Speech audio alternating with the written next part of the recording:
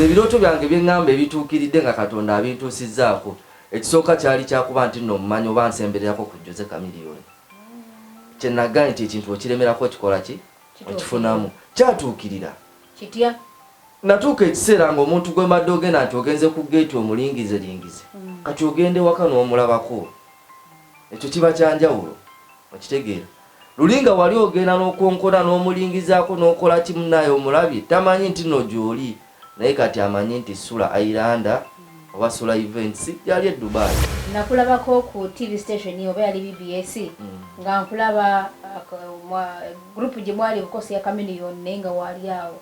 Tetunategeera Chameleon yawo mukwatagana mu ky'okuba ng'obeera ku lusegere. Chameleon nga bwe nkugambye nti sister wange yamulondako kuba manager we. Ate sister wange be ba true die hard abatandika ennyo era baludde nnyo ne Chameleon. Nga olaba nti buli muyimbi abeera ne team nti team Firebase, team Spice batandikira mu kintu ekyo. Ne ba coordinating abaana baali bangi ne babeera nga bawagira Chameleon. So Chameleon n'abanga yamutegeera n'amwagala ng'omuntu n'amusembeza ng'omuntu. Natuba nti no yava nti no mukwano oba ki n'afuuka nti family. Ekitegeera. Nange nenfuna chance eyo kuba nti omuntu gwe nali njagala n'okuba nti musemberera nasobola okuba nti musemberera. Nampita mu sister wange. Era nenfuuka ekyo kye nali njagala ne kye nali ndoota okuba nti nkikola. Kati anytime mukubira kasimu n'akwata, anytime muganjala ku meeting n'agamba jangu. Era nsobola okwogera naye anytime wenjagalira kuba ne Dubai sawa yonna twagala tube nga tubateekamu ekintu kyonna ekya Chameleon. Sawa ziri 3 ez'akawungeezi era nga olunaku olw'omukaaga nga bulijjo. Anti bakutuusako program yoga program ne yoga ne tubeera ate n'abantu ab'enjawulo tukyaza ne babeera nga ate batuyisiza oba oliawo tufunamu ekyokubeera. Olunaku olwaleero ndine mwana muneze gwe mmanyi nga Sula Events naye nga agenda kuba nga ate atweyanjulira amanya ge tumanyi ani ajja ate Dubai akola mulimu ki so tube nga ate tugerera maaso sebo Sula Events owekitiibwa tusinza Sanyuse nnyo nange okubeera ku Nyondo Media. Bakyali baffe mwenna abali ku Nyondo Media tusanyuse okubalaba. Mwebale kwagala, mwebale kuwagira era mwebale kulaba Nyondo Media. Manye ebyo ebintu bisatu byanjawulo. Omuntu asobola okuwagira naye nga takwagala. Ate omuntu asobola okukulaba naye nga takuwagira. Naye nga ajja kulaba nti Nyondo Media alina kyataddeyo abaveemu adde ebbali agenda akole ki? Akulaba ebyotaddeyo naye nga takwagala. Naye kati otubeera ne bakyali baffe abantu baffe nga baagala Nyondo Media abyo n'abikola omulundi gumu akuwagira akulaba ate akwagala. Kyo kintu kyanjawulo. So nange nsanyuse nnyo okubeera nga ndiko mu maka ga Nyondo Media olwaleero. Amannya Sula Events lye bamanyi wano esinga erikola bamanyi Sula Islander naye nga agaddala Mwenye za shadiri mbira kuyita diva wa Islander. Eyo Sula Islander diva kuliona Ireland Music Empire. Omuntu yenna awagira oba yagala Jose Chameleon babaddeko ne Jose Chameleon abeera Islander. Era ogenda okulaba oli nti Sula Islander, Jaffa Islander etuliteekako ye kodi emanya nti onaava wa mukasozi Aparizone Segukuwe wa Chameleon. Naye nga agaddala bampita kato Sula oba Sulaimani. Kulidde Seguku. Ndi musajja musiraamu nnyo. Tegeera. Kulidde Seguku era otuuka Seguku tosobola kumanya nti Islander abeera wano. Ba Islander mba mumanyi nti ono abeera wano ne wali. So tukulidde Seguku batuzaalidde Ntebe Road ku kkubo ku kibuga. Tuli baana ba kibuga. Kitegeera. Naye nga tuyinako ate gye tuva ewaffe mu byalo byaffe. Nze ndi musajja wa Naggalama okunagalama Islamic awo kumpi nnyo. Ate mukadde maama ye w'Emityana. Ndowooza mba mmazeeyo okweyogerako. ebinkwatirako ddala. Awo tugambe ofuuze ky'obeera otambudde. Mbeera ntambudde lwakuba mbadde nina okuteekamu biri ebirala naye sijja kubiteeka. Nsobola okugezaako omusajja Omuganda nengezaako naye kati era okutambula kwange kuba kulungi buli omu aba asobola okuwulira era n'amanya nti mu butuufu ono mmutegedde mu kiti kye. N'abadde tamanyi naye yongera okukola ki? Okummanyira ddala. So ogambye okulira ozikibwa kulidde Sekuku naye ng'ozikibwa Naggalama. So Sekuku wazaalibwa ddala ddala. Sekuku we nazaalibwa ddala obulamu ddala. obutambula butya, ozaaliddwa otya, oteekeddwa otya, oyiseeko masomero nga kyago, omaliriza otya, ogatuyisiza mukolo lukwakwayo. Ngenda kubayisizaamu nti okuzaalibwa n'okukulibwa nakulira Sekuku, nzaalibwa Nsambya hospital. Okusoma kwange era natandikira ku Sekuku kwennyini. Nali muntu nga saagala nnyo okugenda mu bisulo. Engeri gye kiri nti nze Rastiboni asembayo yadde ndi mulongo naye era ne ku balongo kubeerako akola ki? Asemba. Saayagala nnyo okuva waka nnyo, nayagala nga mbeere okumpi ewali maama. Nga nkimanyi nti nze nnina okukola ebyo. In fact kyekyo kintu kyandeetera n'okuba nti natokyalingibwamuko. Sister wange yandeka almost 2 classes. Nanze lwakuba nti no bandaba nti ndi nakubeera awo. Naye nga namala era ne tumala nga twamaliriza, natandikira okusoma, nasomerako mu ssomero St. Ngondo Junior lyaliyo, ne tugendako mu ssomero Sekuku Primary gye neeyongera okwagala n'okumanya ennyo Chameleon. Nali muto naye nga nali nsomera kumpi ne Chameleon we yali akola ki? We yali abeera. Ate nga wabeera naffe gye tubeera nawo waali kumpi naye nga ate wensomera ewasinga okuba okumpi. Time esinga twalemesebwanga n'okusoma ebiseera ebisinga. Na Chameleon ogenda otya? Omanye nti Chameleon abeera wali kyokka nga kikufuula owakabi naawe. Kitegeera okugenda ku ssomero olina okusooka n'olingizaako n'ogamba Chameleon gyali. Olaba bulabi ku mmotoka bw'oti owulira ng'essanyu likutta. Biseera ebyo yalinamu ku mbalaasi yali enjeru, endogoyi enjeru. Agisibaasibaawo wansi okiri ogirindako n'ogamba nninda omusajja mulabe ng'akola ki? Ng'ajja agituddeko. Kale obulamu twabutambulizanga ow'etutu era byatuleetera okuba nti no oyagala omuntu, nze ndi muntu akkiriza. Era nnyina ekintu kye nkozesa nti ekintu bw'okiremerako kikola ki? Okifunamu. Kiba. Ekintu kye baga nti impossible is nothing, teri kitasoboka. Ekintu bw'okiremerako okola ki? Okifuna. Kozi bwe ntunula nti by that time nayagalanga nnyo Chameleon naye nga siina access kukola ki? Kumutuukako. Ogenda ku gate tosobola mutuukako. Ne weetooloola omanyi oyo azimba waliyo engeri y'olusozi. N'olinnyako waggulu bw'oti n'ogamba bannaye muli mulengedde n'owulira essanyu nga likola ki? Nga likujjula mu mutima. Ate kati ogibanga emyaka giyitawo n'obeera nga ate kati olaba nti Chameleon mukwano gwo nakyo kiba kyaki? Kyanjawulo. Kitegeeza buli kintu kyonna kikola kisoboka.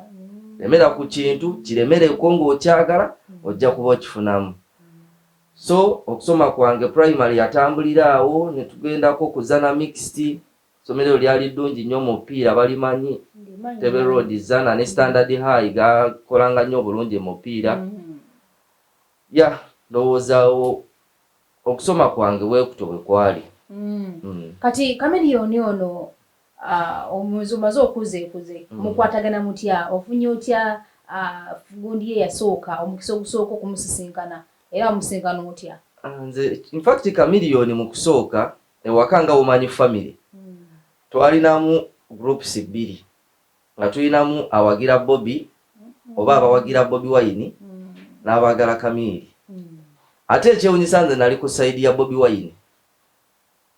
Naye sister wange gwenzirako yayagala nnyo Chameleon from the start. Atali mulongo. Era yagalani. Mulongo ye ate naye yali wa Bobby. Naye ngono ye wa Chameleon nnyo. Nze in fact n'ebintu byonna ebyaliwo Chameleon nga tetunnategeera nnyo Chameleon nze naye ng'ate ye oli sister wange yakola ki? Yamutegeera. Tombuulira Chameleon nze ndi wani? Wa Bobby. Naye time yatuuka ekiseera obutuufu nendaba nga nsula n'empologoma mu nnyumba nga simanyi nti empologoma eri mu nnyumba. Kitegeera. Ogamba nti kaakati nnina okumanya nti empologoma mweri. Okitegeera. omuntu osobola okuba naye nga tomanyi nti w'amaanyi naye bw'ozuula omuntu nti w'amaanyi is a strong person olina okukkiriza n'owanika n'ogaa nti mu butuufu oli w'amaanyi kyekyo ekiremeseza abantu abamu okubeera nga beeyongerako oba basteppinga up kubanga omuntu asobola okwebeerawo nga ye alowooza nti w'amaanyi naye ng'ate baali nabo be b'amaanyi okukola ki kitegeeza olina okukkiriza nti mu butuufu omusajja ono w'amaanyi bw'ona okikkiriza ekyo naawe ojja kufuna amaanyi ago agage oba ojja kubanga naawe weemanyawo okoma ku maanyi ge.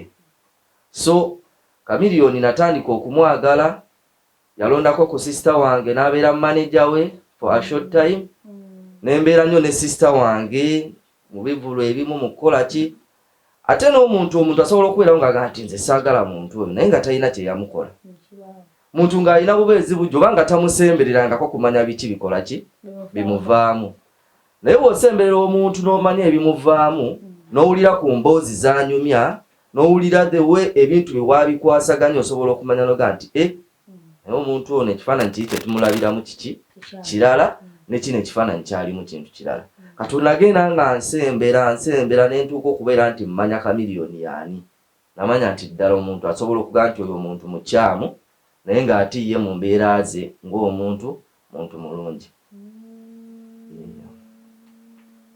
Awo mukwataganye matuvudde Uganda saawa eno oli Dubai ojja mwaka ki ani akolektinga era wali ozze kukola ki?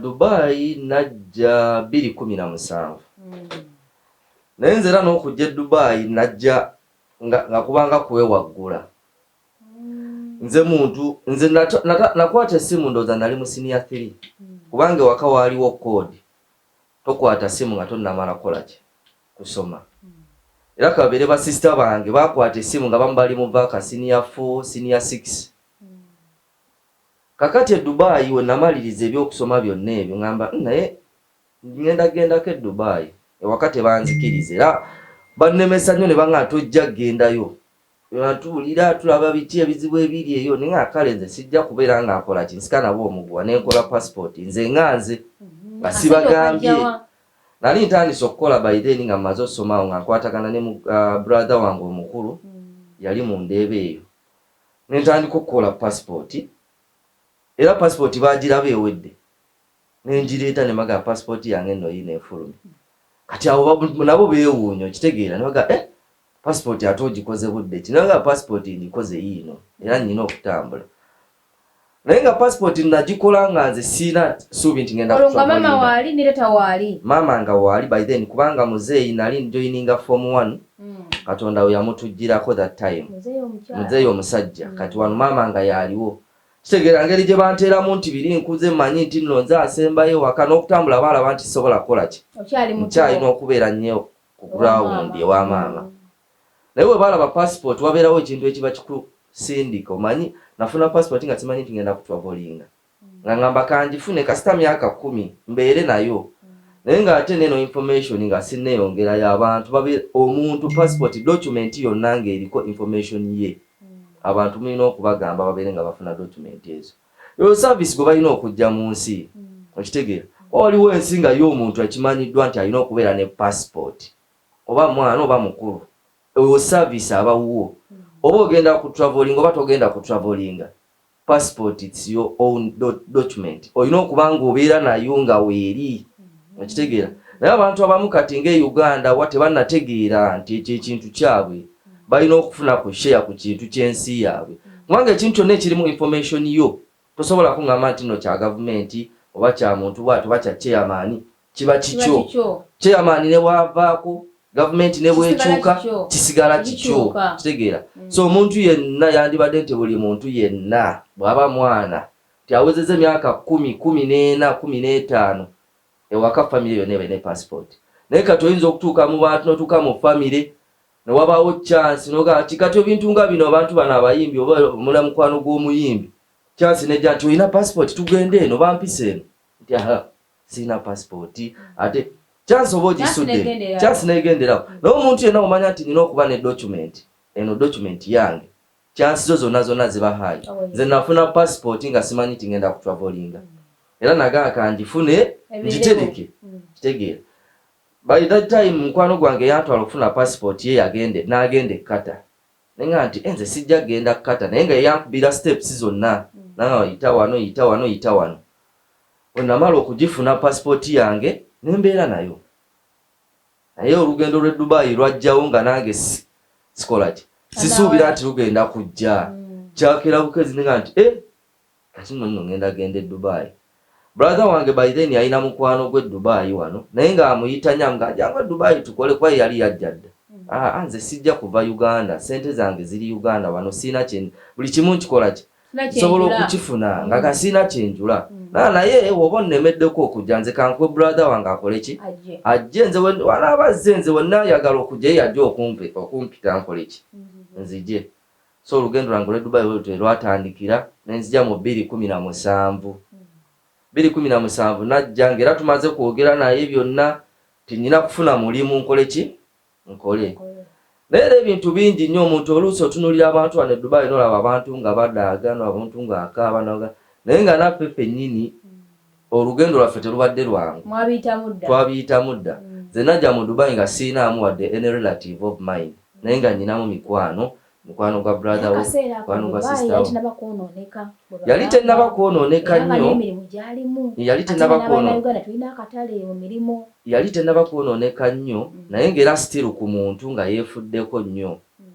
Ekintu kye nsobola okugamba nti akaseera ako bannayuganda twali tukyayagalibwa nnyo mu Dubai naye ng'emirimu era olina kuba ng'ofaayo nnyo okukola ki okugufuna. Because by that time bannayuganda twali tetulina mbeera yonna nga naye boogera nti Ugandans we don't have any problem muli bantu balungi naye kati essaawa eno ate kikyuseemu kati olutambi lwakola ki lwakyukamu yogera oluusi Uganda ne bagamba nti Ugandans wawe kitegeera ne bateekawo embeera ne bamanya nti kati munaye tetukyayagala nga yetwayagala luli bwe baatwagala ngedde ebintu byakyuka. So 2017 nayingira wano mu Dubai era Katonda yannyamba nti omulimu nafuna omulimu mangu nali mu mwezi gwa 2 nenfuna omulimu nafuna omulimu nangamba noba oyagala osobola okutravelinga n'okola ki noddayo Uganda tujja kukolera documents z'okomewo awo n'ebintu tebyali byangu nnyo kuba nadde Uganda ebintu byali bizibu nnyo omanyi osobola okubeerawo kye bannagaye ku ntandikwa nti wabeerawo abantu ng'oli akwagala n'obeerawo n'abantu ng'oli takola kitakwagala naye bwe naddayo Uganda neeyongera nnyo okumanya abantu nenga nti olofunya akalima ku kali kamusala nga sente zali mmeka sente zaali ntini zaali ddiramu 10 ke kakadde kamu nga bansuza bampa ebirala buli kimu nga bakimpa naye nti lwakuba nali naakajja Dubai nze nga nze Uganda nabasikwata nti kakadde kange nga nze kati eyande kazini waliwo oyo oyandeeta like mukwano gwa brother wange yalina mukyala we nangamba omanyi ye nga abadde mu Dubai tejja kufuna omulimu omulala eyo kampuni gy'ofunye kampuni nene oba bajja kukuza sooka okole obeere awo nenzikiriza kuba nali siina kyemmanyi siina pressure ya sente nti waliwo abagenda okuba nti bansaba nnyo sente siina nti najja nti muntu amanja nti oba ogenda kusasula sente z'omuntu so nenga nina okukola ki okutandikira wano era nembeera nga nakkiriza nenfuluma nga nsayininze nenga kaninde visa ekole ki ekomewo naye mu kufuluma ebintu byali bizibu ate system yakyukamu awo visa yange n'esooka egaana okufuluma visa nga amannya gange gafaanagana n'amannya g'omuntu omulala in fact n'akafaananyi twayagala okufaanagana nze omuntu eyali alina okukomerawo mu weeks negifuuka emyezi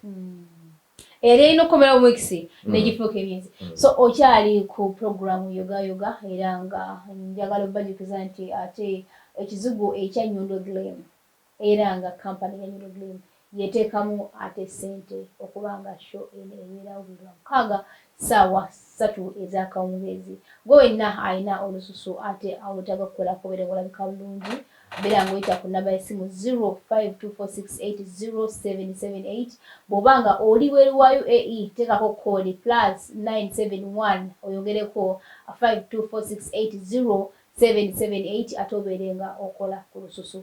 So otuuse mu myezi okyali Uganda? Tuuse myezi nkyali Uganda. Abo bigambo byali bingi nnyo kubanga n'abantu gye nadde Uganda ate kyampitirirako. Abantu bagamba nti ono omwana nno tabadde Dubai. Yali yagenda mu kyalo. era ebigambo byali bingi nnyo nentya ninga abannaye yali yekweka n'asudiya nti ali Dubai. Fakti nasooka nali nagaana okutimba ebifaananyi nga sijja timba kifaananyi nga sinnakola ki sinnafuna mulimu mala kukola n'entimba ekifaananyi kati abo baali batuufu okugamba nti omwana alayika abadde mu kyalo. Era nasooka ne neekwekamu awo ssebe waka ng'ate we neekwekera waffe nga weerina okwekweka n'abantu kati tolina balaga nti mwoli. Naye nagenda olaba timpitiriddeko era nti abantu wano bwe tuli waffe lwaki neekweke waffe atayagala kundaba tayitawo ewaka agaana oyitawo neesowolayo nga kati nondina okuguba. Naye visa yamala nejja naye nga byali bizibu emyezi gyawitirawo ddala emyezi nga5 nga nkyali Uganda. Kampuni yandiko nnyo nenkomawo nentandika okukola. Era mu kutandika okukola ate nalaba nti nno kyanyamba nnyo nafuna nze nasigala mu Dubai naye ate bannange babateekamu bweru wa Dubai abajja luli wonna misingira kuba bo visa zaabwe zajja ne ticket ne zijja ne bakomawo ne batandika okukola. Kati nze yasigala ate nasigala mu Dubai ate mbonga babafulumya bweru wa Dubai ate nga kinali njagala. So olugendo lwange ne lutandikira awo era nze mbadde mu Dubai ebbanga lyonna nakola ne mbalaga nti ndi mukozi ne bankuza ne banzija mu bye naliko ne banfula sales associate ne mbeera nga nkuzibwa nenkola era ne mbalaga nti ate nkola nnyo ne mbaviira n'obbavira ate nenfuna ewasinga. So kuba kati right now nkola ne company ya Luftain era nga siina kyeŋŋamba nti njinamu obuzibu bwonna nkola bulungi mpumula bulungi nfuna office nga 2. So ku muntu yenna buli omu asobola okumanya nti olugendo teruba lwangu kulemerako nakwagala kumanya nti nno nsobola okukikola kwekkiririzaamu wekkiririzaamu nti ayikaani okikola okitegeera. Nze kampuni gye nkolera kati era nayo kyekimu ku birooto byange bwe byali. Nze ebirooto byange bye ŋŋamba ebituukiridde nga Katonda abintuusizzaako ekisooka kyali kyakuba nti nno mmanyi oba nsembererako ku Jose Chameleon. Kye nagambye nti ekintu okiremerako okikola ki okifunamu kyatuukirira kitya.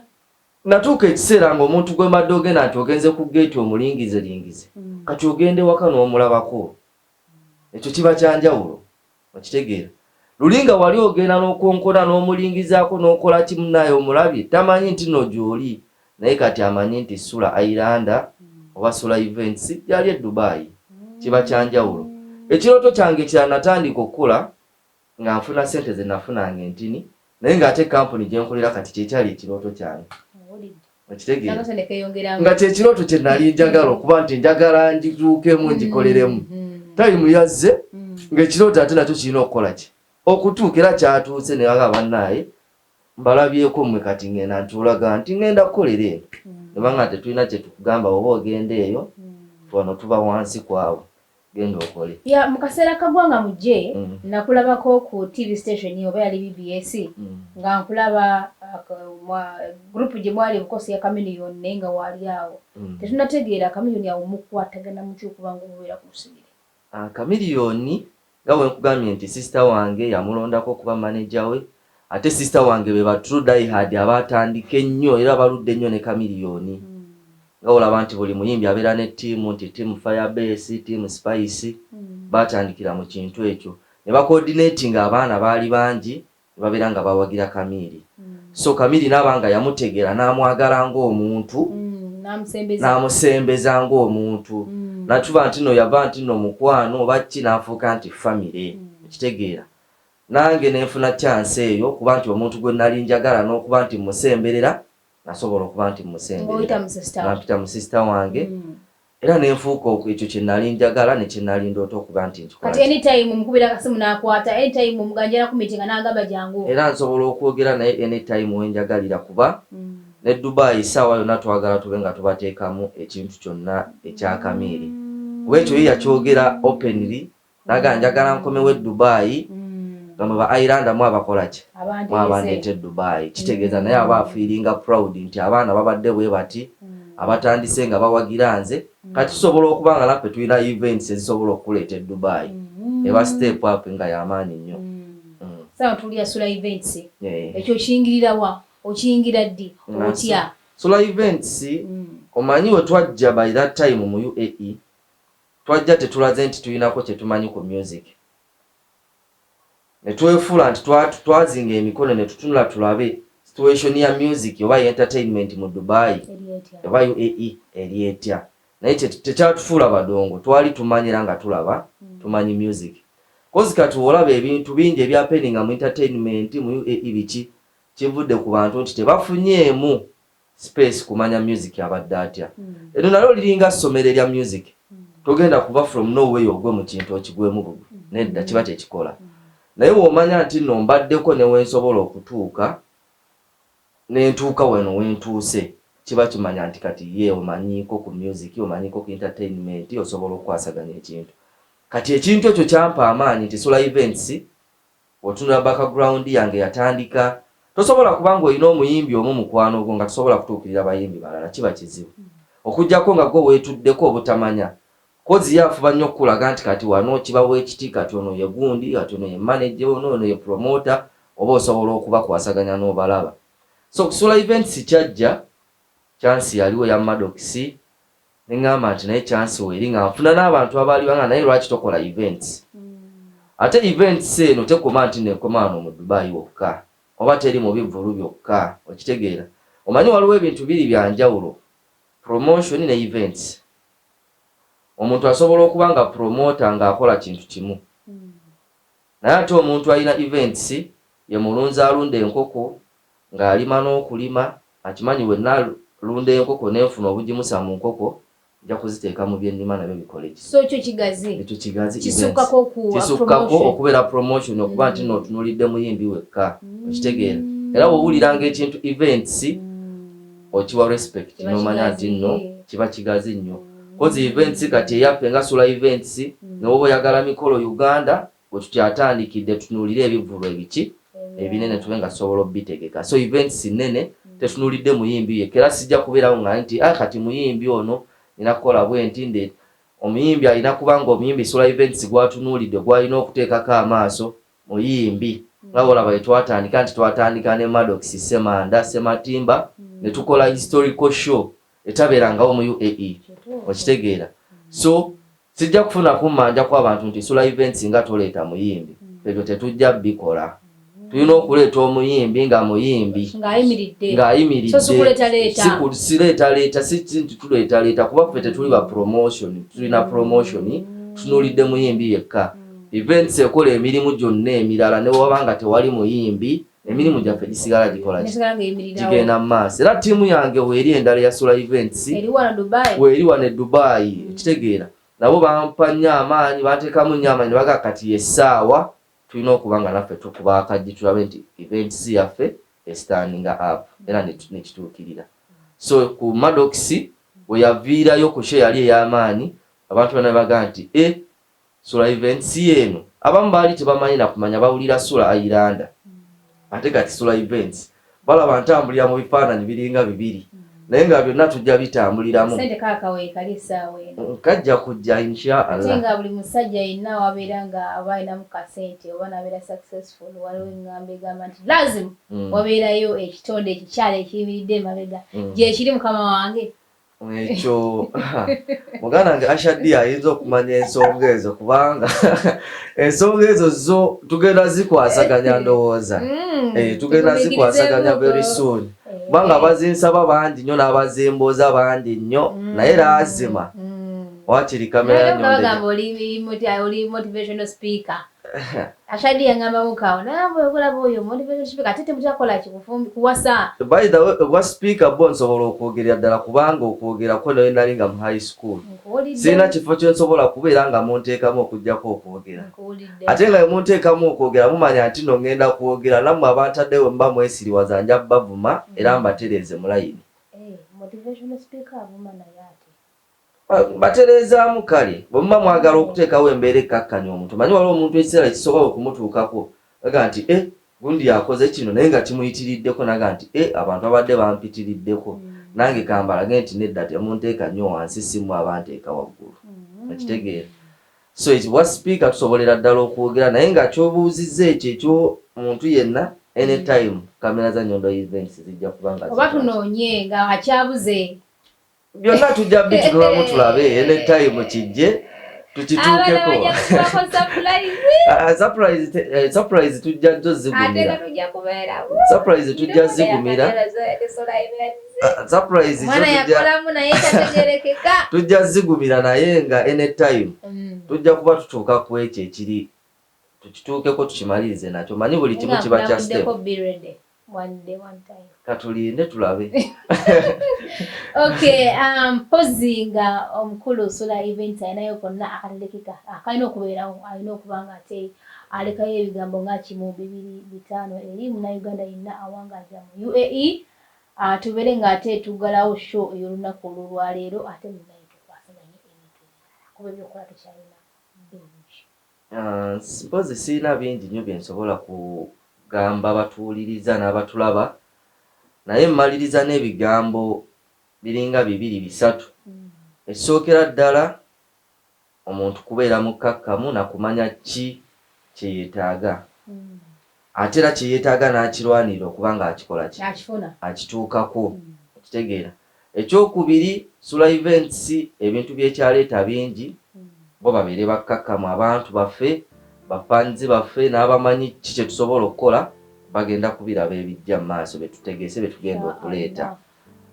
Ndowooza n'ekisemberayo ddala kubeera nti nkubira omulanga bapromota baffe bonna abali mu UAE babeere nga bateekawo nnyo embeera y'okukwatagana. Kintu ky'okukwatagana kintu kirungi nnyo kubanga bwe muba awamu tewali asobola balwanisa naye bwe mutaba wamu babalwanisa nnyo ne baba nga babasuula. So ekintu kya music baleme kubeera nga banafuya abayimbi baffe bamalamu abayimbi baffe amaanyi. Abayimbi abaliwa Uganda Dubai abavudde Uganda abawana e Dubai abayimbi baffe bakwano bange mbaagala nnyo naye engeri gye bali nti no bakyabuildinga bridge bakyateekawo olutindo olw'amaanyi ku music tebalina nnyo obuzibu n'abapromota ab'e Dubai. Obuzibu buba bwe buli busobola okuba nga butini naye abayimbi baffe abavudde Uganda teri muyimbi ajja n'ava Uganda n'ajja e Dubai n'oŋŋamba nti yazze tayagala kuyimba wabula kiva ku ntegeka kiva ku bintu ebibeerawo ebitinitini. So embeera ezo zonna okubeerawo bapromota balina okuba nga bakwatagana nnyo era nga bamanya nti nno bwe tuba nga tukwataganya tusobola tegeka kitya era tusobola kukomawa. Bwe mba mukwataganye musobola okukola ebirungi ebisobola n'okunyumira abantu ate n'abantu baba nga nabo bakola ki babaagala nnyo. Pozi n'akasemba mu kwebaza Nyondo Media okuba nti nno weyongedde okuba nti oyagalwa abantu ekyo ekintu si kyangu. Kitegeera omanyi omuntu okwagala omuntu okuba nga bakwagala kintu si kyangu naye abantu olaba nti bakwagala nnyo katulinde oba ku mbaga kwe tunaaleetera ebirabo. Ebirabo tujja kubireeta naye nga naffe gye tuli tukwagala nnyo bwebale obuweereza bwokola ne ttiimu yonna mukola mulimu gw'amaanyi nnyo era musigale nga muweereza abantu mu media UAE yonna ne Uganda yonna international mufulume ne Uganda mudde ewalala yonna tweyanze era tukitwala kale nnyo naawe bale kukkiriza n'ojja ate munnange onoobaako nekyefyo yalingako ne Uganda yenali yalaba era nga nzikiza nti ajja kufunamu ekyokuyiga bwe bale naye nabadde alaba anaba kusubscribinga okwate kale kikuyambeko nti bw'oteekayo ekintu kyonna ekipya obeera ofunirawo notification nobeera mujoininga n'olaba ekigenda mu maaso wamma. Yenze Nyondo Rozet era nga koze ne mwana mulenzi wiki ku kamera ewamu n'ebiweza nga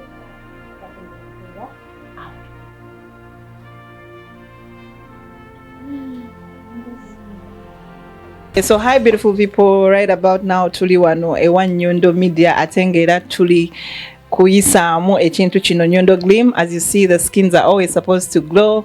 Abachala gwengolieyo, you have pimples, you have dark spots, you have an unclear skin, you are not appetizing. Do you want to glow? Nyondo Gleam is the deal for you. Tayerusa, it just gives you the glow, the shine. Ochitegera dabate wetaga filters za Snapchat, sijui TikTok. Just come ewa Nyondo Media.